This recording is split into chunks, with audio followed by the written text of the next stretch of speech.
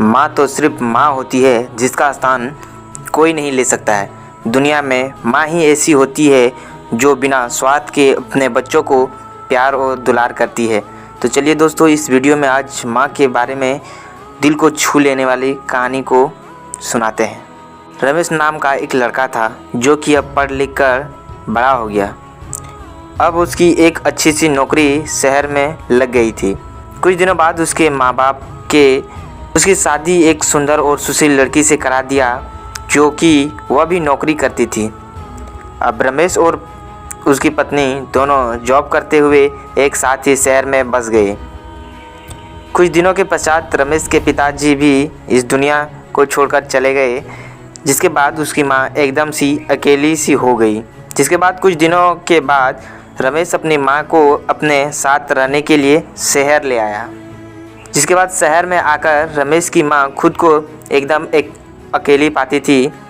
इस तरह उन्होंने भी अच्छा नहीं लगता था।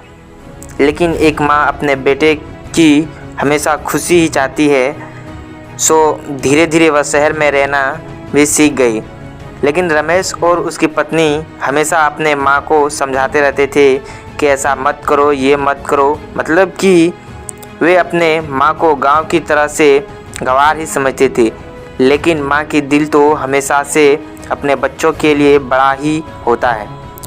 सो वे सभी बातें चुपचाप सुनकर हाँ में हाँ मिलाकर रह जाती थी।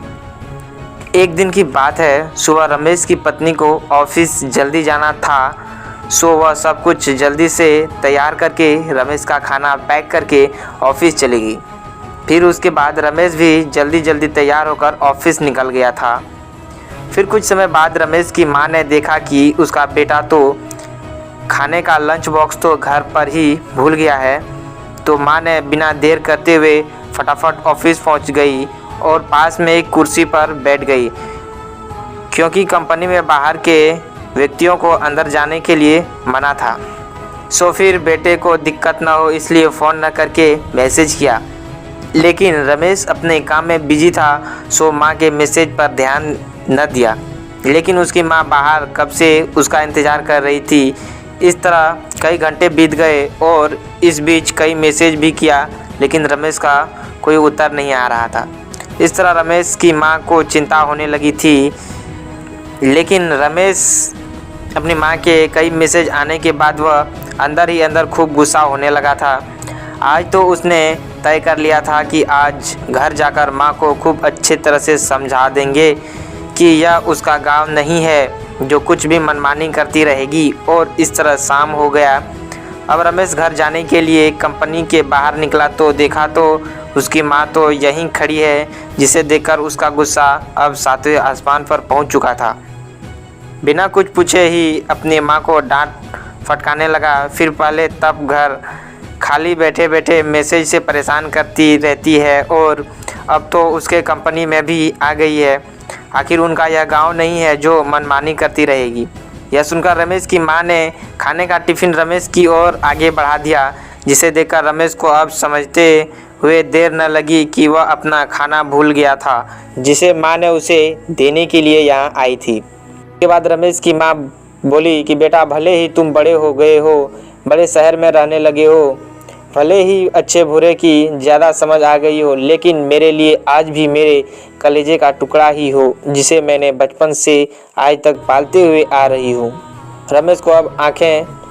रमेश की आंखें अब खुल चुकी थी कि आखिर उसकी माँ उसकी परवाह करते हुए खाना लेकर आई थी, जिसे वह बिना सोचे समझे अपनी माँ को ही डांटता जा रहा था। अब वह अपने किए हुए पर बहुत पछतावा हो रहा था, जिसे देखकर माँ ने उसे एक बार फिर से अपने गले लगा लिया। और फिर इस तरह रमेश अब आगे से खुद को माँ के लिए बदल लिया था। अब उनकी पहले से ज़्यादा अच्छे देखभाल करने लगा था, जिसके बाद माँ को अब शहर भी अच्छा लगने लगा था, क्योंकि अब उसका बेटा फिर से मिल गया था। तो दोस्तों, इस कहानी से हमें ये सीखने को मिलता है कि एक तरफ जहां हम पढ़ लिख कर खुद को ज़्यादा ही समझदार समझने लगते हैं, जिसे जाने अनजाने में माता पिता के बातों को गलत साबित करने में लग जाते हैं, लेकिन हम सभी यह भूल जाते हैं कि जिस माँ बाप ने अपने बच्चों को खुशियों के लिए अपनी खुशियों का त्याग कर दिया है, वो भला माँ बाप अपने बच्चों को कैसे बुरा कर सकते हैं। हर माँ बाप की यही इच्छा होती है कि उनके संतान उनके बुढ़ापा की लाठी बने, लेकिन विकास की आंधी दौड़ में हम सभी अपनी मूलों को भूलते जा रहे हैं, जो कि बहुत ही शोचनीय है। अगर हमारे माँ बाप हमें पाल सकते हैं तो हम उन्हें बुढ़ापे में उन्हें क्यों नहीं पाल सकते। यही तो हर माँ बाप की इच्छा होती है। तो आप सभी अपने माँ बाप के उम्मीद पर ज़रूर खरे उतरे।